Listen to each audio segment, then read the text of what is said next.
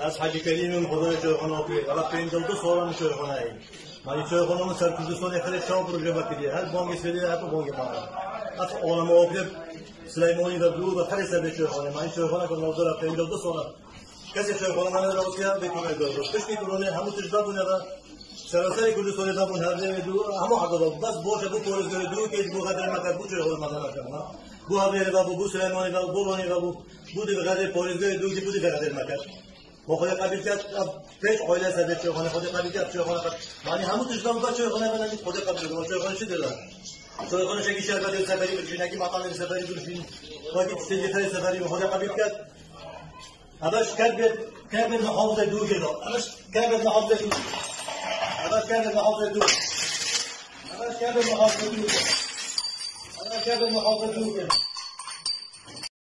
اباش کرد محافظه دو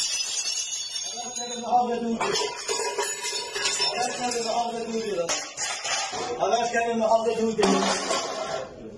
Allah bana o gene. Bana muhabbet duydu bana o gene. Allah kâr muhabbet duydu. Allah bana o gene ya. Allah kâr muhabbet duydu. Allah kâr muhabbet duydu. Allah kâr muhabbet duydu. Yani yıkatır mı? Muhabbet duydu yıkatır mı? Abne azime ki bana o gene ala. Abaş geldi muhabbet duydu. Abaş geldi muhabbet duydu. Boyutu var yıkılır. Abaş hamur işi düştüğünü çayxana jumbat çayxana şunu yapıyorlar da خلاص. Ama 52 sonra şunu tam şunu yapıyorlar.